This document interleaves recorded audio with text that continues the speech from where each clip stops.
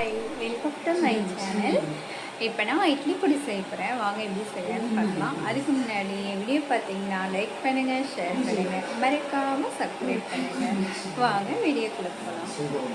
இங்கே நான் அடுப்பை வச்சு கடாய் வச்சுருக்கேன். வரமிளகாவும் கருவேப்பிலையும் போட்டிருக்கேன். இது ட்ரை ரோஸ்ட் பண்ணோம்.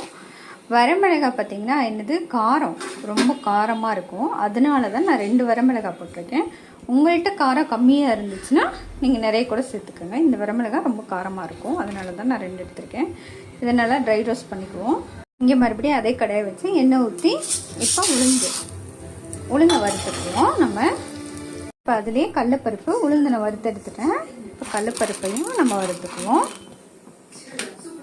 இப்போ அதே கடாயில் மறுபடியும் பொட்டுக்கல்லையும் நம்ம ட்ரை ரோஸ்ட் பண்ணி எடுத்துக்குவோம். இப்போ அதே கடாயில் மறுபடியும் எள்ளு போட்டிருக்கேன். என்கிட்ட கருப்பு எள்ளு தான் இருக்குது, வெள்ளை எள்ளு இல்லை, அதனால நான் கருப்பு எள்ளு போட்டிருக்கேன். அதையும் ட்ரை ரோஸ்ட் பண்ணிக்குவோம். பாருங்கள், எல்லாம் வறுத்து எடுத்து வச்சுட்டேன். இப்போ இதுக்கு தேவையான அளவு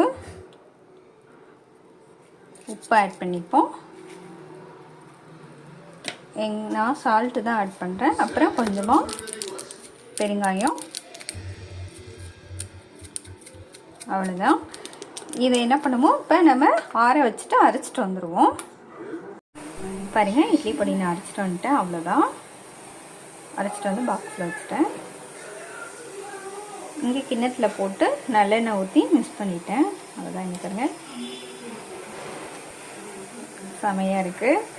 சாப்பிட்டு பார்க்க நீங்கள் ட்ரை பண்ணி பாருங்கள். ட்ரை பண்ணி பார்த்துட்டு எனக்கு லைக் பண்ணுங்கள், ஷேர் பண்ணுங்கள், மறக்காமல் சப்ஸ்கிரைப் பண்ணுங்கள். Thank you guys.